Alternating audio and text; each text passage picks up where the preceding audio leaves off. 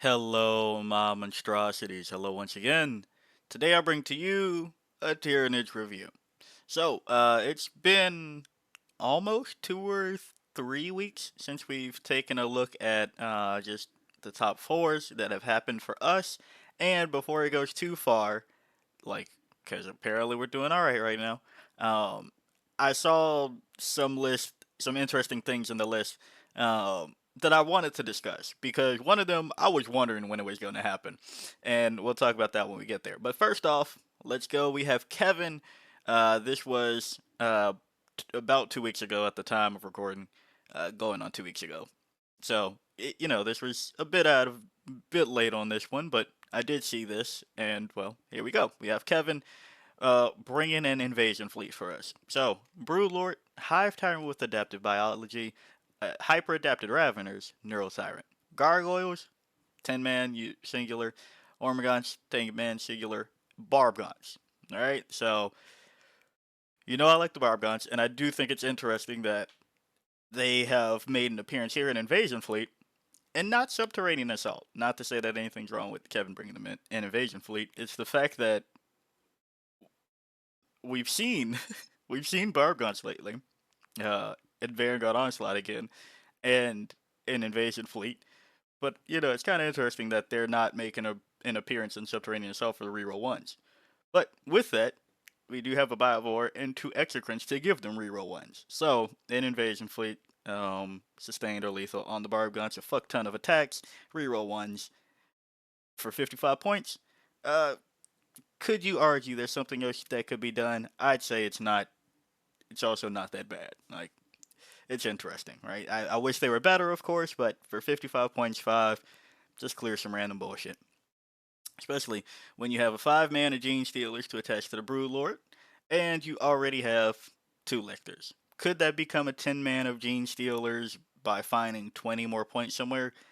Sure, but as we've seen lately with people playing around with ratios, you might not need it, right? You might just need the additional range uh, for, just clearing up some little bullshit unit compared to having to throw your entire 10 man of Gene Stealers into it. So I don't mind it. Neurogons, we've seen this. Hold some more backfield. Biovores on top of there. Neurolictor, a Norn, Raveners that may or may not attach to Hyperdaptor Raveners, and Rupture Cannon. For anybody that's new here, wondering why I said may or may not attach, as we've seen through the weeks, people are really not as dead set because the Hyper-Adaptor Raveners are already a 5 man. Um, not as dead set as making it a 10 man brick.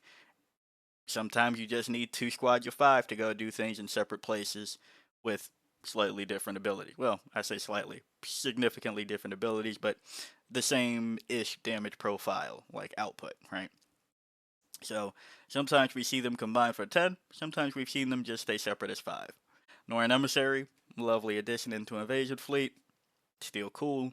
You have your 5 of Feel No Pain until you get to your point, and then from there, you just have another thing to absorb damage. Seeing as how we only have one Tyrannifex and we have no Maliceptors in the list. Having just the Norn Emissary for some games just be the hey, look at me, try to punch me off, perfectly fine. Uh, I like the Norn. Nice to see it coming out in Invasion Fleet. I will say it's interesting to that um, for the Norn, we still haven't seen too much of the redeploy be used just to make things different a little bit. And that's no knock to Kevin. That's just all the lists that we've seen in Invasion Fleet. Norns come out. We haven't seen that yet. So I wonder if anybody that continues to bring the skew for Norns will divert any points to doing that one day. But it is interesting that it's the single Rupture Cannon Tyrannifex. So doesn't look like out of this list we're too concerned about punching tanks, and that's kind of what's been the situation for the meta, so to speak, for right now. That nobody's really concerned about having to hit tanks. That's why some of our Crusher Stampede stuff has been doing well. You're looking at slightly higher toughness bodies, but you're not trying to punch through the world essentially right now. So the one Rupture Cannon, seems to be fine. And with the Norn, seems to just go the way of things. 2 exocrines to do the thing. Nice, nicely rounded out list, I guess I'd say. It's like very looks like an army. It looks like a faction army. It's not just three of two. Like it is. Is that? It looks rounded out. Yeah, I think it probably looks beautiful on the table. Like from a narrative standpoint, probably looks pretty cool. Then we are going over to Subterranean Assault to talk about Curtis and Larry. And the interesting things don't stop with Kevin. So, Curtis has us here in Subterranean Assault with Hyperadaptive Raveners with Vanguard Intellect, Neurotyrant, the Swarm Lord, Trigon Prime. We have a 10 man of Gargoyles, a 10 man of Hormagaunts, a Biovore, 2 Neurolictors, a Norn, Squad of Raveners, 2 Screamer Killers, a Trigon that isn't a character, doesn't have anything, uh, and Zoes. So, the Zoes we'll be going with the Neurotyrant. We could check that one off the list of, all right, that happens. Same for the Ravener thing that I said earlier, may or may not, right? But I think the elephants in the room are the Screamer Killers. We just recently saw Screamer Killers do fairly well. I believe that was WCW last time I was talking about them. Sorry, I'm mixing up what week that was. I want to say it was WCW. But we've recently seen Screamer Killers pop out, and with 2 Neurolictors, obviously we understand, hey, there is some chance for some reroll ones. Just deploy a Screamer Killer out of a hole.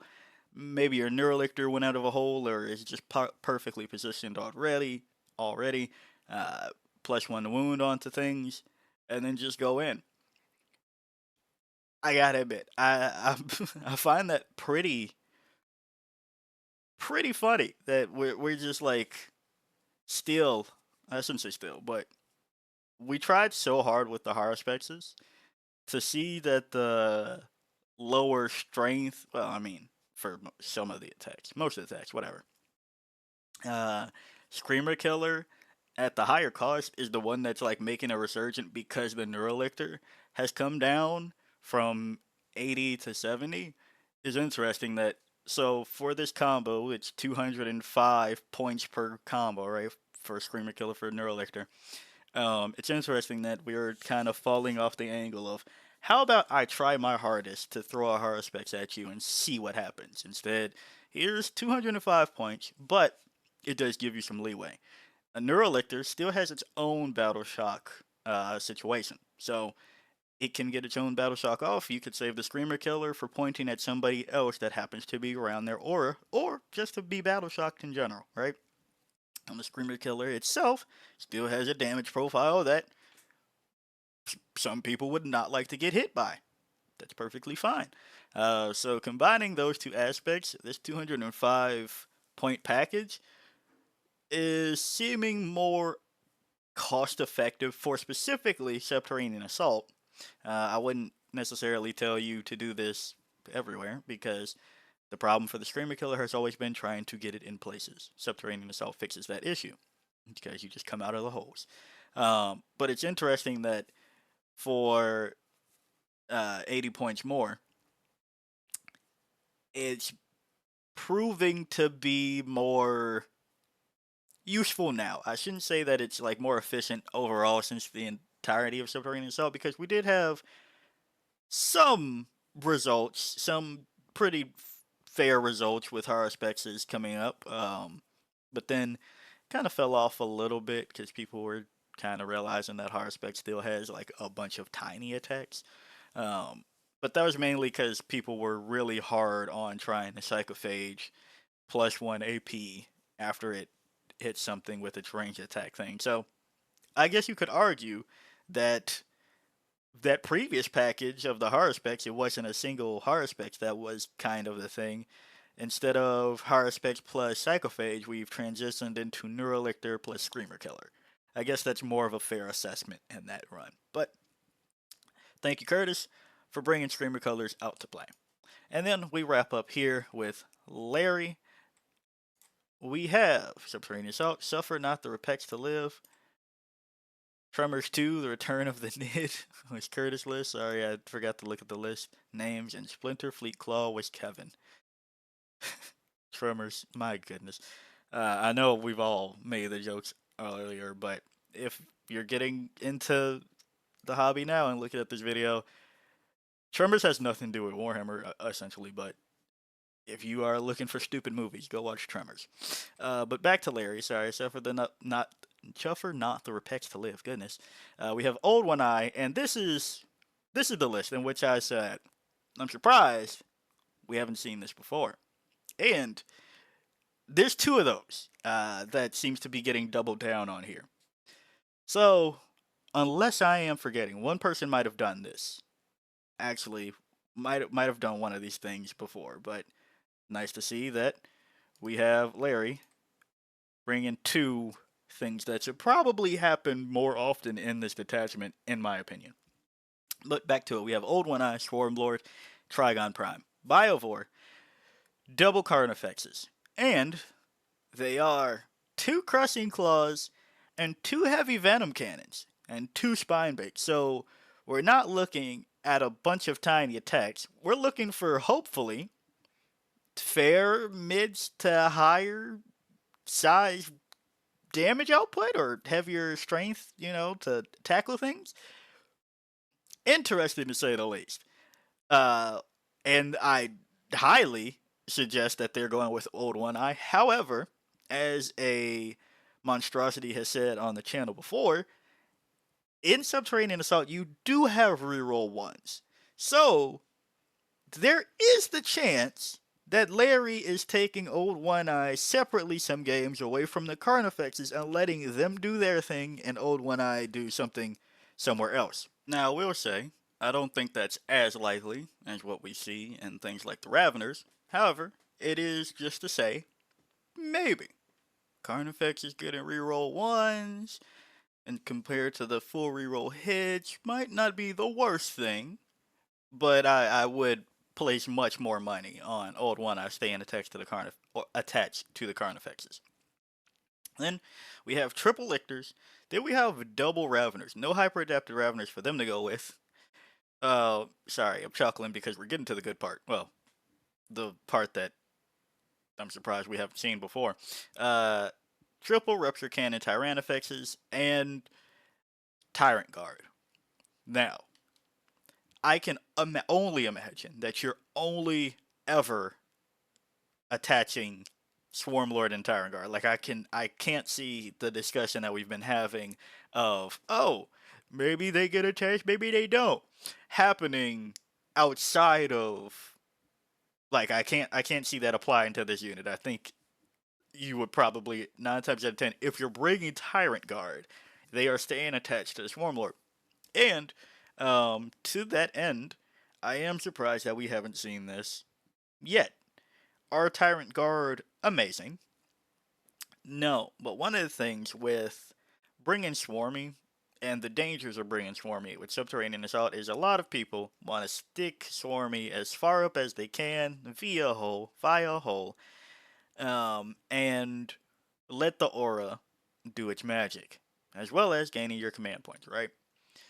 Now with that, it's usually not a great thing when Swarmy can just be killed straight off. And I think that might be one thing that a lot of lists have made themselves vulnerable to, into which Swarmy, high risk, high reward. But yet, we've seen, arguably, a spare 160 points in other people's lists. You can come down on hard specs and some change to get to here, as we were talking about before. And as we see in this one, there's no Neurolector / Screamer Killer package as we just talked about with Curtis's list. So I think it's fine that you have 160 points to attach to Swarmy, keep them safe, and it's not a lot of damage, but it's still some damage. Giving them reroll ones is better than them doing absolutely nothing. We've seen them have fair success in Assimilation Swarm. And even then, it wasn't about damage. You can give them lethal hits there, right? We've seen them in Synaptic Nexus. And again, it still wasn't about doing damage, and they could have rerolls there. Um, just about absorbing blows, and when you can actually get Swarmy into a position that is detrimental to your enemy's entire army, more or less, right? To a majority of your enemy's army. Now, if they pile around Swarmy, that's on them, right? Um, I think that's pretty interesting. I gotta admit, I'm still a bit taken aback by the Carnifex loadout here. Um, Mainly the heavy venom cannons. Crushing claws, I'm like, yeah, you do that. But I am surprised to see heavy venom cannons on the Carnies. So it's an interesting loadout. You have spine banks and you have bioplasm. So I guess that covers roughly what you would be looking for with the spitters anyway. So I mean, why not, right? Why not? See if you can go through it. So yeah, triple lictor also was kind of interesting to me too. Usually we don't see the full three nowadays. It's usually the two. But hey, to each their own. So from that, triple rupture effects, Swarmy to be an asshole, or Swarmy and the Tyrant Guard to be an asshole. Old One Eye, and an interesting Carnifexes loadout. Hell, power to you. And Raveners to. So, like, we're looking at a list that really covers damn near all your bases of outgoing profile. For Kevin's list, we saw a rainbow of what you're bringing, so that people's profile into you is different. Here, we're seeing an array of things that can be tackled by um, what you have in your list. Do you need to really clean up something heavy? You got triple Tyrannifexes. Mid range, you got Raveners and the Carnies. And the Trigons, sorry. Um, and Tyrant Guard can kind of tackle them, but they have reroll ones now, which is better than not having it. So yeah, interesting list this go around. Definitely interesting to say the least. So yeah, nice to see that Subterranean Assault lists are continuing to be pretty varied. We're not getting stuck, and it's good to see Invasion Fleet for the sake of the health of the game, right? When you can't see your index detachment for an army, that's as much as I don't like Invasion Fleet because it was our staple. You do have to ask questions when nobody starts bringing it on the same side. So yeah, if you like the video, like it. Got a comment for me, comment. And until next time, peace out, my monstrosities.